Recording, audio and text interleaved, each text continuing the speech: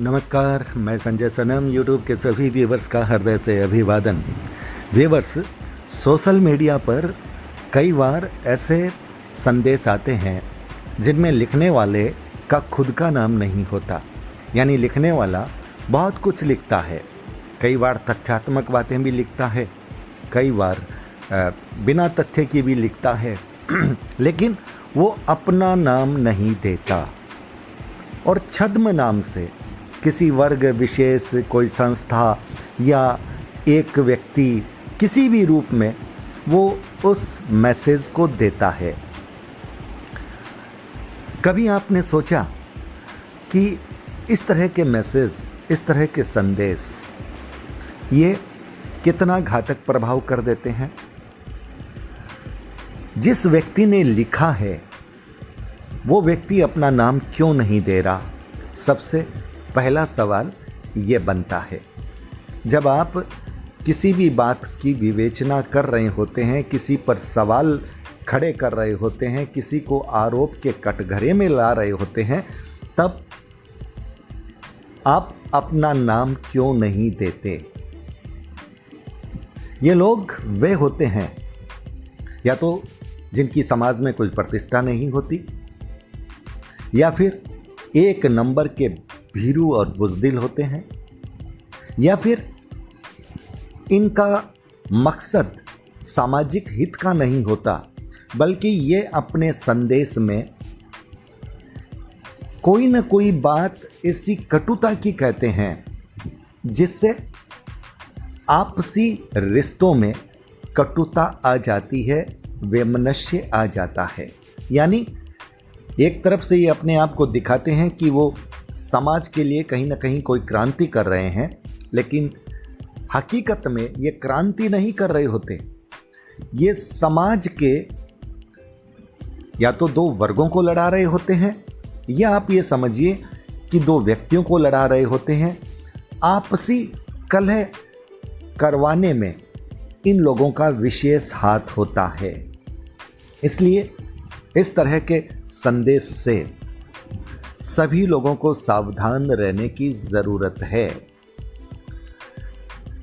पिछले 1-2 दिन में तेरापन समाज और हैदराबाद का एक साक्षात्कार लेने के बाद एक व्हाट्सएप मैसेज आया था जिसमें हैदराबाद जागरूक समाज करके वो व्हाट्सएप मैसेज था, और उस मैसेज को पढ़ने के बाद प्रतिक्रिया स्वरूप मैं भी कुछ कार्रवाई करता, लेकिन कुछ अच्छे मित्र होते हैं जो वक्त पर आपको आगाह कर देते हैं।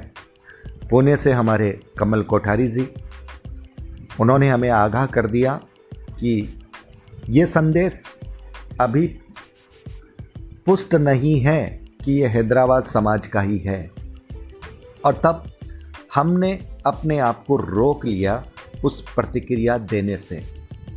अगर जल्दबाजी में हम कड़ी प्रतिक्रिया दे देते, उस व्हाट्सएप में जो सवाल उठाए थे, मुझ पर जो उन्होंने एक आरोप का घेरा बनाया था, उकसाने की जो एक कोशिश की थी, अगर मैं कहीं थोड़ी भी प्रतिक्रिया दे देता तो ऐसे लोगों के मंसूबे पूरे हो जाते। लेकिन अच्छे लोग और बहुत परिपक्व लोग जब साथ होते हैं तो वो समय पर आपको चेता देते हैं, समय पर आपको बता देते हैं कि ये जो भी संदेश आया है ये पता ही नहीं है किसका है, इन्होंने किसी का नाम लिया है। यानी ये लोग इस तरह के होते हैं जो दूसरों के कंधे पर रख कर के बंदूक चलाते हैं। इसलिए आप समझ लीजिए ये लोग कितने खतरनाक होते हैं। जयपुर से हमारे अभिन्न मित्र आलोक हिरावत जी ने भी बहुत सटीक प्रतिक्रिया दी थी अपने वॉइस मैसेज से, और उन्होंने कहा भी था कि इस तरह के मैसेज जिसमें कोई छद्म नाम का प्रयोग कर रहा है, कोई अपने नाम का प्रयोग नहीं कर रहा, उन मैसेज को कभी किसी को फॉरवर्ड नहीं करना चाहिए। अगर आपको पता चल जाए तो आपको उसे फॉरवर्ड नहीं करना चाहिए। मैं मानता हूँ कई बार भूलवश कुछ चीज़ें फॉरवर्ड हो जाती है, क्योंकि हम उस गहराई तक जा नहीं पाते और हम ये सोच नहीं पाते कि कोई व्यक्ति साजिश के तहत ये कोई काम कर रहा है। लेकिन अब मुझे लगता है कि मेरे लिए भी एक सबक हो गया है और मैं आप सबसे भी कहता हूं, इस तरह के मैसेज चाहे किसी उसमें संस्था का नाम भी दे दें, लेकिन आप जब तक अपने आप को कंफर्म न कर लें तब तक उस मैसेज पर आप प्रतिक्रिया न दें, क्योंकि समाज में कुछ ऐसे लोग हैं जो शब्द की यूं कहूं कि पूजा नहीं करते, शब्द की वो खेल की तरह प्रयोग करते हैं और वे लोग लोगों की भावनाओं के साथ कभी भी खेल सकते हैं। और जिन्होंने ये मैसेज दिया है, मुझे मालूम है कि वो कभी खुद को आगे नहीं लाएंगे। अगर आगे ला देते तो फिर एक समुदाय, एक हैदराबाद जागरूक समाज की बात करने की आवश्यकता नहीं होती। जिसका जो नाम होता वो नाम से देते, और अगर उनके नाम से आता तो उस मैसेज की इज्जत होती, उस मैसेज की प्रतिष्ठा बनती कि हाँ, किस व्यक्ति ने लिखा है, उनकी भावनाएं कहाँ तक गई है, उनका विवेचन कहाँ तक गया है, तर्क कितने मजबूत हैं, पता चलता। लेकिन आरोप लगाना आसान है, किसी को कटघरे में खड़ा करना आसान है, लेकिन सामने आना बहुत मुश्किल है। और जो लोग ऐसी हरकतें करते हैं उन लोगों से समाज को, सभी लोगों को सावधान रहना चाहिए। हालांकि अब ये लोग हाशिए पर चले गए हैं, और हाशिए पर चले गए हैं तब अब ये छद्म नीति से काम करते हैं। छद्म नीति से काम करने वालों से विशेष सावधान रहना चाहिए, क्योंकि ये छद्म शत्रु आपकी छोटी सी लापरवाही पर बहुत भारी पड़ सकते हैं। इसलिए आज का वीडियो सिर्फ एक संदेश ये देने के लिए है कि सबसे पहले तो जो व्यक्ति लिख रहे हैं उनको अपना नाम देने में कतई संकोच नहीं होना चाहिए। आप शालीनता से लिख रहे हैं, सभ्यता से लिख रहे हैं, फिर आप में हिचकिचाहट क्यों? अगर कोई बात है, अगर कोई सवाल है तो ये आपका अधिकार है। आप अपने अधिकार का प्रयोग स्वाभिमान के साथ कर सकते हैं। हिचकिचाहट क्यों?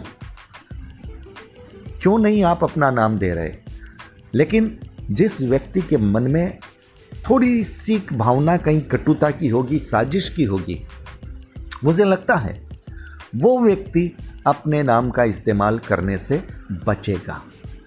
कई बार मैं ये भी मानता हूँ, अपवाद स्वरूप कुछ अच्छे भले लोग भी ये सोच करके कि फिर लोग हमसे सवाल पूछने लग जाएंगे, हम अपना नाम नहीं दें, तो उन लोगों को मैं ये कहना चाहता हूँ कि आप ये चिंता न करें। अगर आपकी बात सच्ची है, शालीनता से लिखी हुई है, तो आपके उस मैटर पर अगर कोई सवाल आता है तो बौद्धिक लोग बहुत हैं, वे आपके पक्ष में जवाब देंगे। इसलिए ये आग्रह है, कोई भी व्यक्ति कोई भी मैसेज लिखे उसमें अपना नाम दें, अपना फ़ोन नंबर भी दें, ताकि अगर किसी को उस विषय को समझने की आवश्यकता हो तो उस विषय को समझ सकें। और इस तरह के अवांछित जो संदेश देने वाले लोग हैं उनसे हर व्यक्ति सावधान रहे, सजग रहे, क्योंकि ये संदेश बेमतलब की खींचतान बढ़ा सकते हैं, कटुता पैदा कर सकते हैं, राग द्वेष बना सकते हैं और अर्थ का अनर्थ कर सकते हैं।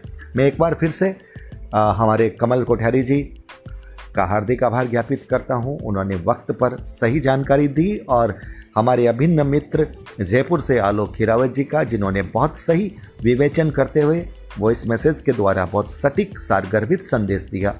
आभार ज्ञापित करता हूं। और जैसा कि आलोक जी, आपने अपनी एक जिज्ञासा रखी थी, आपने एक निवेदन किया था सुरेंद्र जी सिंघी यानी हैदराबाद सभा के अध्यक्ष से बात करने का, साक्षात्कार लेने का, तो आपकी बात को मैं निश्चित रूप से तवज्जो दूंगा। और मुझे लगता है कि बहुत जल्दी सुरेंद्र जी सिंघी के साथ एक साक्षात्कार हमारा होगा, और उसकी भूमिका तकरीबन आप ये समझिए कि एक अग्रिम बातचीत हो चुकी है, और वो हम साक्षात्कार लेंगे।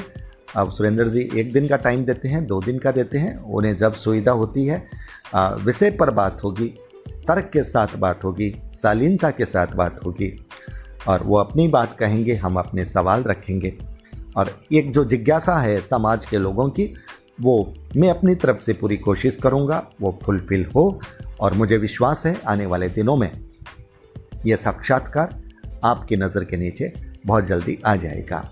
और व्यूवर्स बहुत बहुत आभार, नमस्कार। चैनल पर अगर नए आए हैं तो सब्सक्राइब करना मत भूलिएगा, बेल बटन को दबा दीजिएगा। अगर आप हमारे डिजिटल फर्स्ट न्यूज़ को ज्वाइन करना चाहते हैं तो आप ज्वाइन भी कर सकते हैं। बहुत बहुत आभार, नमस्कार।